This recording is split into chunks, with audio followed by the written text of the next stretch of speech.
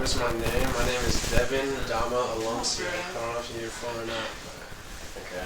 Where are you from, Devin? I'm from Forest City, Iowa. Born and raised. Go Indians. Okay. What inspired you to start running? What inspired me to start running? I don't know. I still don't like running. But after kind of going through this summer and going through like a little weight loss journey, I don't know. I just kind of picked it up because I know it's good for you, and I was like, shoot, this is something that I can maybe do because, you know, when I was 20, 25 pounds heavier, I never thought about like running a half marathon, whatever it might be. But yeah, I was just like, shoot, I mean, I've already made this much progress.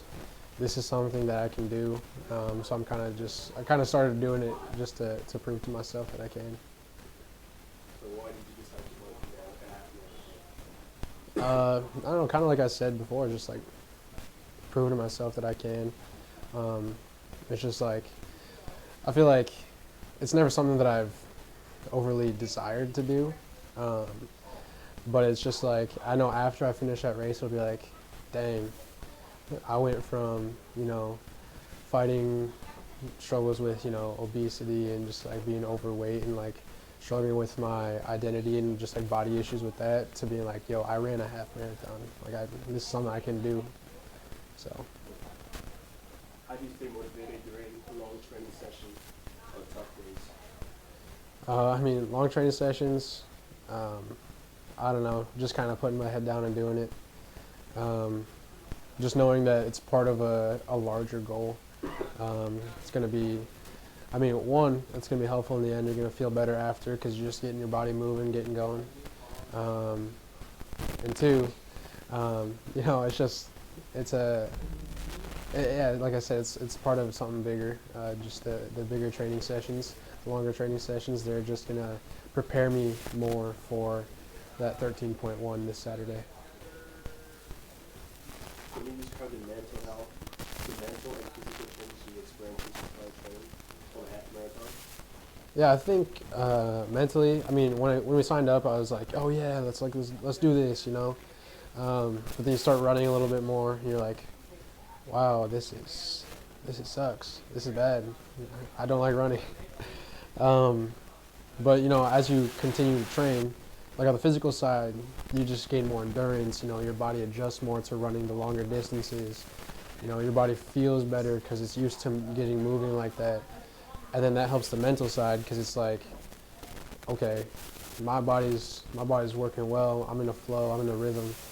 I can do this. It's no longer, it still sucks. But it's not like, oh, I can't do this. This sucks kind of thing. It's like, man, this is hurting, but I'm pushing through it because I know I can. So. Can you share a memorable moment from the training sessions? Yeah, I think one of the best training sessions was running around Ada Hayden twice with Frank, with you. That was pretty fun.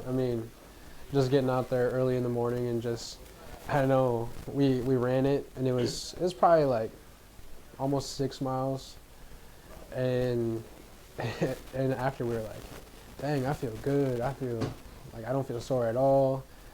I have the dopamine, the endorphins running, and after that, we got back in the car and we went back home, and then Frank got out the car and he was like hobbling over. He was like a little sore. I got out the car. I was pretty sore after that too, and so I was like, oh yeah. So that was kind of cool. It was like getting able to do that long run with someone else and with Frank. But then just like the shared soreness we felt after was fun. But then there's also another time, I don't know, I was just feeling good, so I ran just like a random route. Wasn't even like tracking mileage or time or anything, just was running.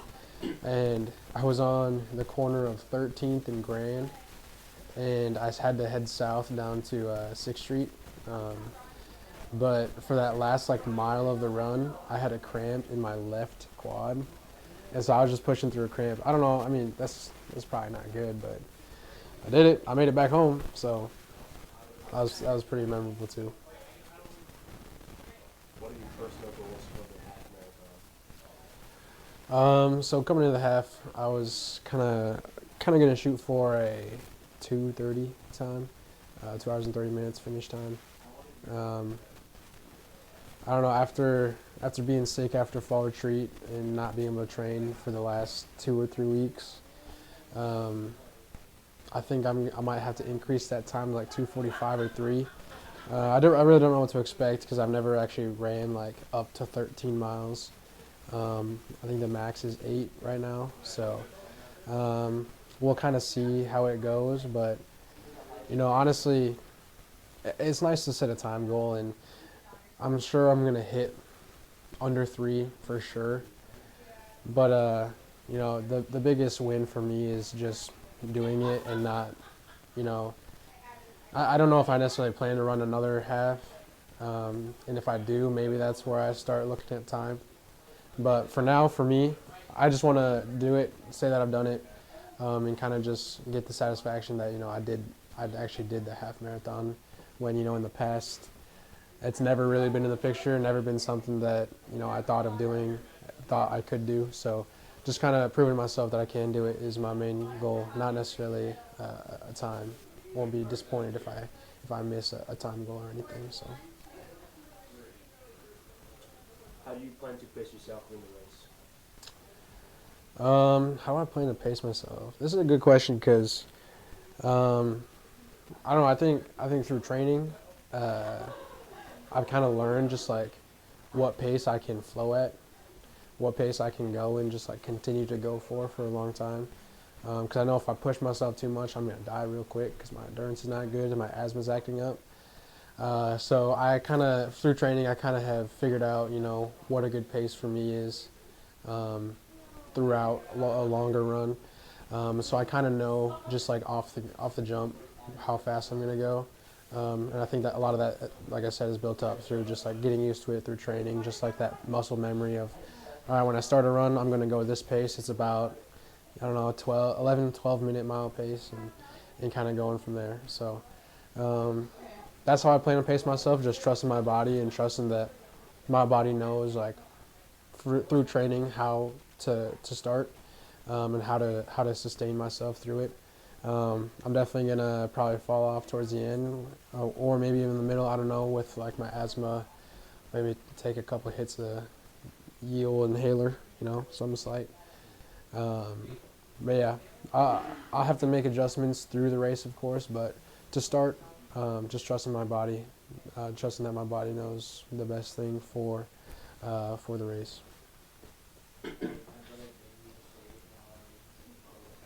Would you consider tackling a full marathon or another endurance event in the future?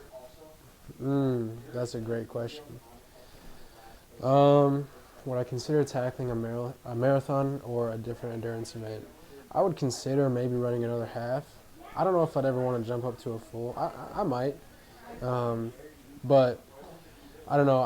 Like I said earlier, like I still don't really have a burning desire to run a half. It's just kind of like wanting to prove to myself that I can. I don't know if I never run a half or a full or any other endurance event again, I won't be disappointed. I don't necessarily love running, but I'm just doing it to do it. I would consider it, but I wouldn't be disappointed if I didn't. What do you want people to know about everything? Like, what is something you want people to know about the race or anything else, that you want to put out there?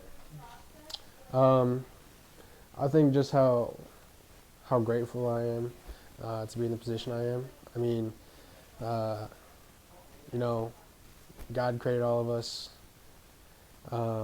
as unique beings, and our bodies are temples. And earlier on in my life, my adult life, I didn't steward my body well to just glorify it to God and just maintain that temple.